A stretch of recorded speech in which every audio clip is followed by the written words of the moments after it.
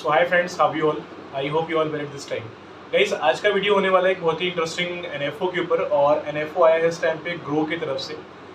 जो एनएफओ का डिस्कशन हम आज करने वाले हैं, ये काफ़ी पोटेंशियल है इन टर्म्स ऑफ ग्रोथ। अगर आप लॉन्ग टर्म के हिसाब से अगर देखोगे तो ईवी के सेक्टर्स जो है बहुत तेजी में ग्रो होने के चांसेस हैं। काफ़ी लोग बोल रहे हैं कि ईवी के अंदर पैसे लगाओ, ईवी के जो सेक्टर है काफ़ी अच्छा खासा ग्रोथ प्रोवाइड करेंगे इन फ्यूचर।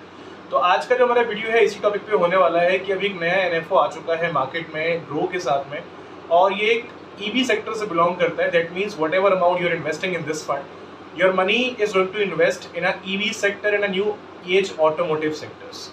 तो आइए वीडियो को शुरू करते हैं, अंडरस्टैंड करते हैं फंड किस टाइप का है, किस तरीके से काम करने वाला है, क्या एनएफओ का स्टार्टिंग डेट है, एंड डेट है, और अगर आप इसमें इन्वेस्टमेंट करने का प्लान कर रहे हैं तो अभी आपको इसमें इन्वेस्टमेंट करना चाहिए, फिलहाल के लिए अवॉइड करना चाहिए।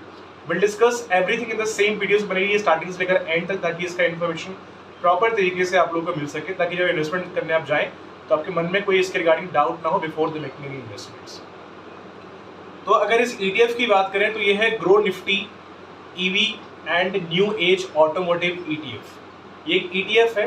That means whatever amount you are investing here, इसमें आपका पैसा एक्सचेंज क्रेडिट फंड की तरह इन्वेस्ट किया जा रहा है। ग्रोथ की बात करें, इसमें कितना आप ग्रोथ यहाँ से एक्सपेक्ट कर सकते हैं, तो अगर आप लॉन्ग टर्म के लिए अगर इसमें इन्वेस्टमेंट करते हैं तो जहाँ तक मुझे लगता है कि ये फंड शॉर्ट टर्म के हिसाब से इतना बेनिफिशियल नहीं होने वाला है।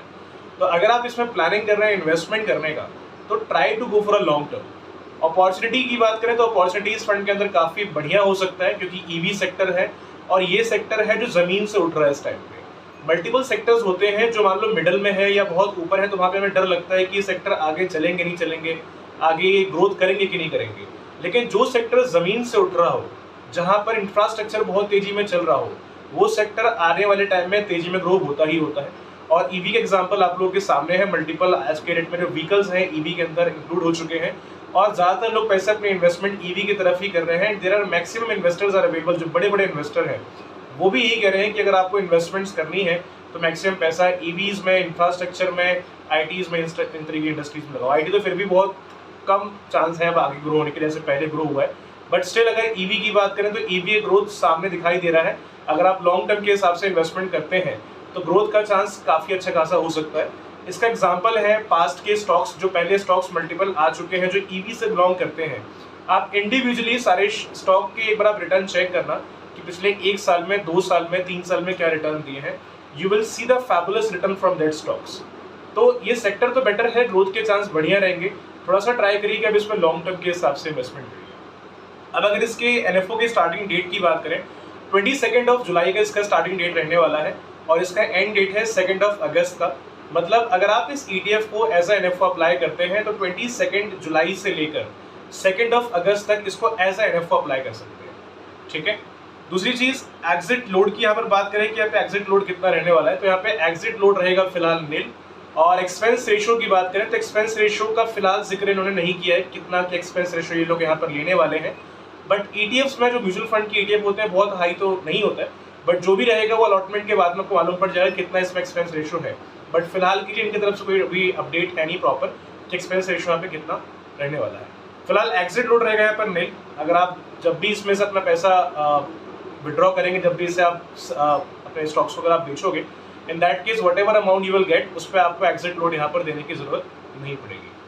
अपार्ट फ्रॉम दिस, अगर हम इसमें इन्वेस्टमेंट करने समय अगर जा रहे हैं तो इसमें कम से कम इन्वेस्टमेंट कितना रहने वाला है, तो कहीं जैसे अगर हम पीपीटी के माध्यम से अगर समझे तो कम से कम यहाँ पे जो इन्वेस्टमेंट है वो रहेगा 500 रुपीज़ का।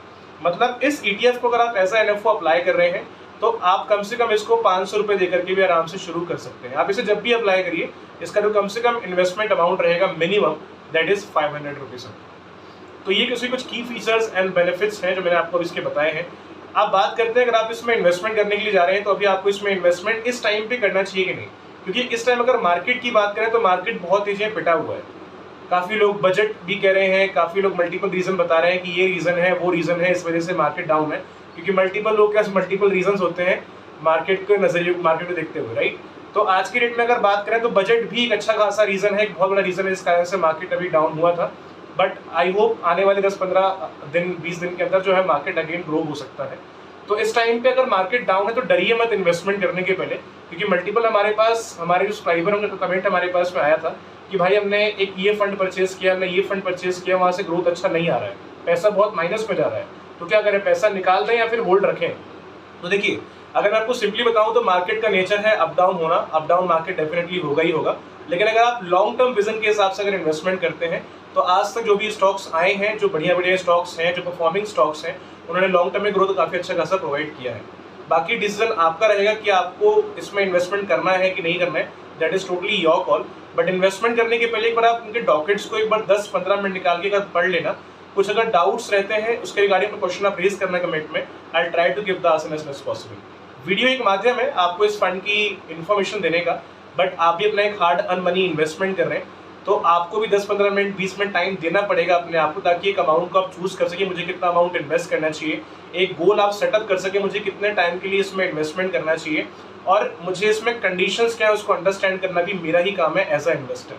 ठीक है, तो एक बार आप सारी चीज़ों को देख लो। कुछ अगर डाउट्स रहते हैं इसके रिगार्डिंग अपना क्वेश्चन आप रेज करिए कमेंट में, I try to give the answer as much possible. बाकी जहाँ तक मुझे लगता है ये फंड का ऑप्शन आज के डेट में काफी बेनिफिशियल हो सकता है हर उस आदमी के लिए जो थोड़ा सा लॉन्ग टर्म के हिसाब से प्लानिंग कर रहे हैं, because EV sector is that sector जो कि आने वाले टाइम में बहुत तेजी में ग्रो हो रहा है। बट एक बार अपनी तरफ से आप देखिए, रिस्क की बात करें, इसमें रिस्क होने वाला है वेरी हाई, तो इन्वेस्टमेंट करने के पहले आप इतना और अंडरस्टैंड कर लेना कि जितना इसमें रिस्क अवेलेबल हो उतना आप रिस्क ले सकते हैं कि नहीं, क्योंकि रिस्क यहाँ पर रहेगा वेरी हाई। तो before making investment in this ETF, सबसे पहले कंडीशंस 10-15 मिनट करके एक बार चेक कर लो क्या कंडीशंस है इसकी, एंड रिस्क जितना अवेलेबल है उतना आप रिस्क ले सकते हैं कि नहीं, और अगर ले सकते हैं तो कितने अमाउंट पे ले सकते हैं, उतना जितना यहाँ पे रिस्क अवेलेबल है।